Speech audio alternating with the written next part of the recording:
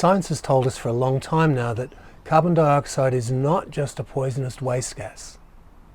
In 1904, Dr. Christian Bohr did a series of experiments exploring the relationship between oxygen, carbon dioxide and pH levels in our blood. This is called the Bohr Effect and can be found in any medical textbook. In simple terms, it means that oxygen is released in the presence of carbon dioxide. The higher the concentration of carbon dioxide, the more readily hemoglobin gives up and releases oxygen at an optimum level to every cell, muscle, tissue and organ in your body. Now, surprisingly, a lot of people's levels of carbon dioxide are quite low, lower than what they need. We can build our tolerance to carbon dioxide through better breathing. There are many breathing exercises that address this, and let's look at one today. So we're going to look at an exercise from the Buteyko breathing suite of exercises, and it's called RVB, reduced volume breathing. Now, for this exercise, you'll need to create and feel air hunger. I hear you saying, what's air hunger?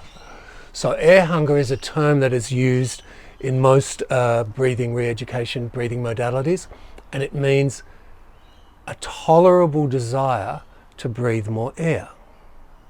A tolerable desire to breathe more air. So we don't want to cross over the line and bring this and have it be stressful. It needs to be tolerable. So tolerable, a little bit of work here. Some of you may feel you have to work to find that sweet spot. A teaspoon, a quarter of a teaspoon of suffocation. A tolerable desire to breathe more air. This is helping build your tolerance to carbon dioxide.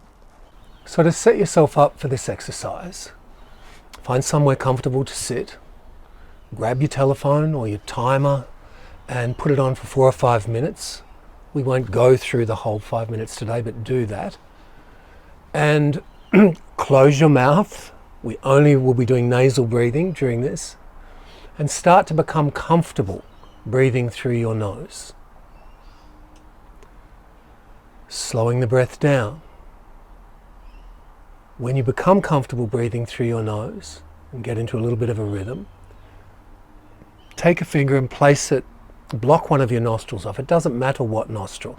It can be the free flowing one or the congested one. Most of us have a nostril that is more clearer to breathe through than the other, whatever. And start breathing slowly, reducing, calming the breath, reducing the breath down. And as you slow your breath down, find that sweet spot where you're feeling air hunger. You should be feeling a little bit of air hunger now. Remember, we don't want to cross over the line so it's stressful. Work to find that sweet spot. It's a little bit of work. Now, if you're really comfortable at the moment, you can actually do a little tweak. With the other finger, start reducing the space of the other nostril, only if you're comfortable. You want to breathe so gently that you can't hear your breathing. We want to reduce the breathing so down that you can't, imagine all the hairs in your nose aren't even moving. As you feel the cooler air coming through your nostrils and the warmer air leaving on your exhale. We want to reduce your breathing movements in this exercise by about 20 or 30%. It should be really difficult for a person watching you doing this exercise to see you breathing at all. Now remember, air hunger, a tolerable desire to breathe more air. And as you're breathing and hiding the breath and reducing down, and of course, it goes without saying that none of this upper chest should be moving, none of your neck muscles. Breathing low and slow is the way to go. Okay, so let's say the time has gone off and you've done 4 to 5 minutes. Good work. So you might be saying to yourself, Well, where can I use this exercise and how is this exercise used? So it's frequently used in a breathing drill. There are several Buteyko breathing drills. They go for about 15 minutes or longer or shorter. I don't leave the house without doing a breathing drill. It really sets me up for the day.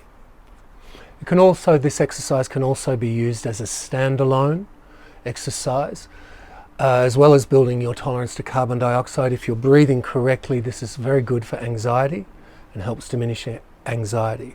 So if before a performance or an exam or a stressful meeting or a situation, you might want to take yourself somewhere quiet, a room, the bathroom, take your phone with you, a timer, a stopwatch, put it on for 4 or 5 minutes,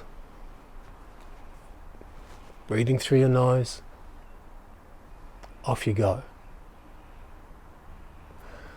So another a good way to try this exercise is if you've had a really bad, really crappy day and you come home and you've got time to sit down and watch TV or read a book or just sit there and close your eyes. Do that. Watch the TV while you've got one nostril blocked and do this for about 15 or 20 minutes and see how you feel. Happy breathing.